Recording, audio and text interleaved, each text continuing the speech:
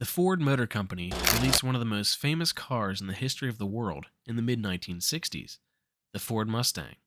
Over the years, the Mustang was offered with countless different options and performance packages, but arguably, the most famous were the Boss models. But which of these models was the Boss? And did their cousin, the Mercury Cougar, have any right to that claim?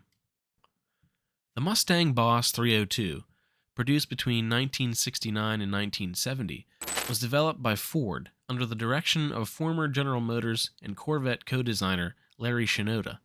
The Boss 302 was introduced as a competitor against the Chevy Camaro Z28, and at its heart was the Boss 302 engine, a power plant engineered to meet the specific demands of the 5-liter Trans Am racing class. The Boss 302 engine combined elements of Ford's existing small block designs to create a high-performance package. The engine displaced 302 cubic inches, or 4.9 liters, and featured a thin-wall, cast-iron block derived from the standard Windsor series. However, it was paired with a free-breathing, large port cylinder heads with canted valves borrowed from the planned for 351 Cleveland engine, which debuted about a year later. The engine was equipped with a forged steel crankshaft, durable connecting rods, and forged aluminum pistons to handle its high-revving nature. It utilized a solid lifter camshaft for precise valve operation at higher RPMs, a feature that was typical for race-bred engines of the era. The intake valves themselves were big, and were just 2/100 of an inch smaller in diameter than the 426 Hemis, at 2.23 inches. The compression ratio was 10.5 to 1 in both 1969 and 1970 models. Power output was officially rated by Ford at 290 horsepower at 5,800 RPM, though most everyone agreed at the time that the engine produced more. Torque was rated at 290 pound-feet at 4,300 RPM. Fuel delivery was managed by a single Holley 780 CFM 4-barrel carburetor, mounted on an aluminum high-rise intake manifold. The ignition system utilized a conventional breaker point distributor. The exhaust featured cast-iron manifolds leading to a dual exhaust setup. The new combustion chamber shape called for an updated piston design, and 4-bolt main bearing caps were used to strengthen the bottom end. The Boss 302 engine was mated exclusively to a close-ratio 4-speed manual transmission. It featured a Hurst shifter, which became standard in the 1970 model year for precise gear changes. To handle the extra power, a heavy-duty clutch and reinforced 9-inch rear axle with various final drive ratios was offered, including 350, 391, and 430, depending on the buyer's preference. The suspension system of the Boss 302 was also upgraded for handling. It featured a front anti-sway bar and front springs that were softer, while simultaneously providing stiffer rear leaf springs, which greatly reduced understeer. Staggered rear shocks also helped to reduce axle hop during hard acceleration. Power front disc brakes and rear drum brakes were standard. Wheels were 15 inches by 7 inches, and the optional chrome-plated Magnum 500s were only available with the Boss 302 package. Goodyear polyglass tires were standard and put a patch of rubber more than 8 inches wide to the road, further enhancing grip and cornering stability. Another distinct advantage of the Boss 302 was its much more desirable weight distribution compared to other models. It put 55.7% of its weight on the front wheels, compared to the heavier and poorer handling 428 Mustang Mach 1, which put over 59% of its weight on the front wheels. The Boss 302 was available in a limited range of exterior colors for 1969, and featured the signature non-glare racing black hood stripe and Boss 302 side decals. The sports roof design could also be accompanied by the available rear spoiler and rear window louvers, which were hinged to allow for easy cleaning of the rear window. Optional interior features included high-back bucket seats, simulated teak wood on the instrument panel, and a deluxe 3-spoke steering wheel. The 1970 model introduced only minor changes, including a revised front-end style, hockey stick side decals, an optional shaker hood scoop, and more color options, 11 up from just 4. Despite these updates, the core specifications of the Boss 302 engine and its performance-focused design remained unchanged. The Mustang Boss 429, also produced for the 1969 and 70 model years, was a limited production performance car developed to homologate Ford's 429 cubic inch 7-liter V8 engine for NASCAR. The Boss 429 engine featured aluminum cylinder heads with semi-hemispherical combustion chambers, often called crescent chambers, in response to the similar but aging Chrysler 426 Hemi engine. These engines were designed to improve airflow and combustion efficiency at high RPMs, critical for sustained performance in racing applications like NASCAR. The engine utilized high-strength components, including a forged steel crankshaft, forged steel connecting rods, and forged aluminum pistons. A solid lifter camshaft was standard for 1970, changed from hydraulic lifters in 1969, and ensured precise valve operation at high engine speeds. The compression ratio was 11.3 to 1. Fuel delivery was handled by a Holley 735 CFM 4-barrel carb, mounted on an aluminum intake manifold. The Boss 429 engine was conservatively rated at 375 horsepower at 5,200 RPM and 450 pound-feet of torque at 3,400 RPM, though independent tests and experiences from owners suggest the actual power output was significantly higher. The engine was paired exclusively with a close-ratio 4-speed manual transmission. A 391 rear axle ratio was standard and came with a traction lock limited slip rear diff. It's important to note that the Mustang was not designed to accommodate an engine of this size. Because of this, the Boss 429 received extensive chassis modifications that were handled by CarCraft, a contractor based out of Brighton, Michigan. Standard Mustangs were shipped to CarCraft, where extensive modifications were made to fit the large engine into the car's engine bay. These modifications included reshaping the inner fender aprons and reinforcing other various components. The front suspension was re-engineered with lowered and widened control arms to accommodate the larger engine. The shock towers were reinforced, and a front sway bar was added. To handle the weight distribution challenges posed by the large engine, the battery was relocated to the trunk, and the rear sway bar was beefed up to 3/4 of an inch just to add more weight to the rear of the car. Like the Boss 302, the Boss 429 was equipped with 15-inch Magnum 500 wheels, mounted with Goodyear polyglass tires. Power front disc brakes and power steering were standard, aiding control of the vehicle's considerable power. A large functional hood scoop, a shallower front chin spoiler, and unique badging distinguished the Boss 429 externally.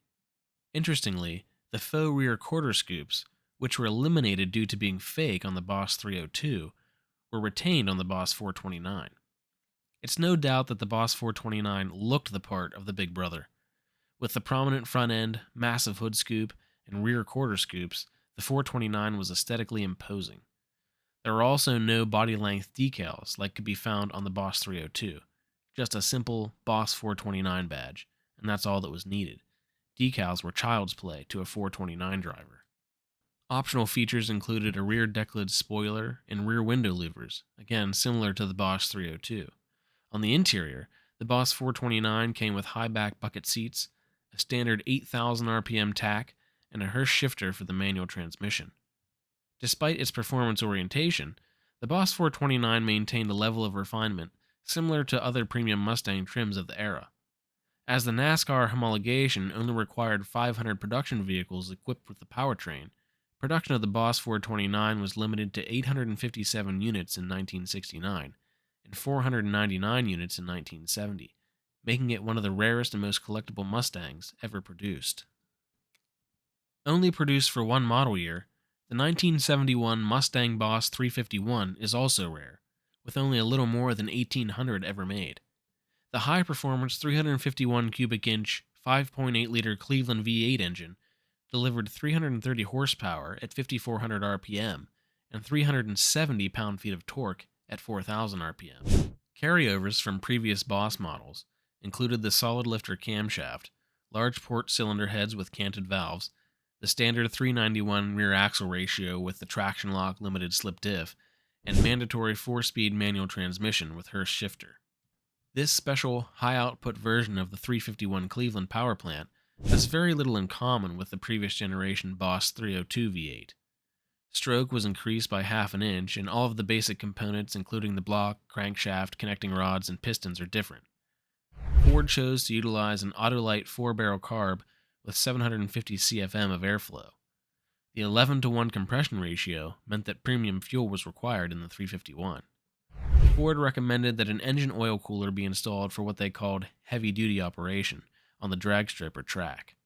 They noted that oil cooler parts from the 1970 Boss 302 could be easily adapted for the Boss 351 with minor modifications by your local dealer.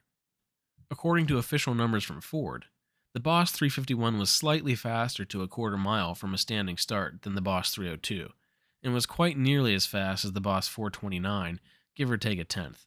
Of course, these numbers have always been, and always will be controversial among owners and enthusiasts.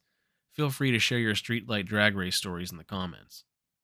Stylistically, the Boss 351 had much more in common with the Mustang Mach 1, and featured new decals, an updated front end, smaller dual hood scoops, and long level front fenders. Some reviewers had rather negative things to say concerning visibility out of the Boss 351 due to the design updates. But styling aside, all can agree that the Boss 351 was a serious performance machine, and landed a solid punch right to the mouth of General Motors, who had begun to decrease compression ratios in the Camaro and the Firebird Trans Am in 1971. Now, we can't discuss the various Boss Mustangs without also discussing their Boss-powered feline cousin, the Mercury Cougar Eliminator. Now, the Cougar was no Cousin Eddie. It was a serious performance machine that was a worthy partner to the Mustang Boss 302. Like its Mustang counterpart, it was produced for just 2 years, 1969 and 70. The Cougar Eliminator was better equipped and a bit more luxurious than the Mustang. The Eliminator decor option gave the car curb rocker moldings, a wood-trimmed 3-spoke steering wheel, rear seat armrests, door-mounted courtesy lights, and padded interior moldings. Equipped with the same Boss 302 engine as the Mustang, the Cougar Eliminator was no slouch. I should note that you could opt for a variety of powertrains with the Eliminator package, but you could only get the Boss 302 if you had an Eliminator option to Cougar. Just like the Mustang, opting for the Boss 302 motor meant a mandatory 4-speed manual transmission that came with a manual choke. The drag pack option, which precluded air conditioning, offered a 391 or 430 rear axle ratio, an oil cooler, and a heavy-duty battery. Also included with the Eliminator package was a unique camera case dash, an instrument panel with a tachometer, visual warning lights, rally clock, and trip odometer. The Eliminator's blacked-out grille assembly featured hidden headlamps, and the sleek center hood striping played well as it extended down the center of the grille. Body side stripes with the Eliminator text were available in both black and white in 1969 and just black in 1970. In terms of colors, the palette was limited in 1969 to just 4 colors and was expanded in 1970, just like the Mustang Boss 302. The hood scoop could be found painted the body color in 69 and satin black in 70. In both model years, the hood scoops were only functional with the 428 engine and the Ram Air option, which was a shame for owners with the Boss 302. A running cat Cougar badge could be found on the rear gas door in 1970, which matched the front emblem. The rear spoiler also received striping with the Eliminator text that year.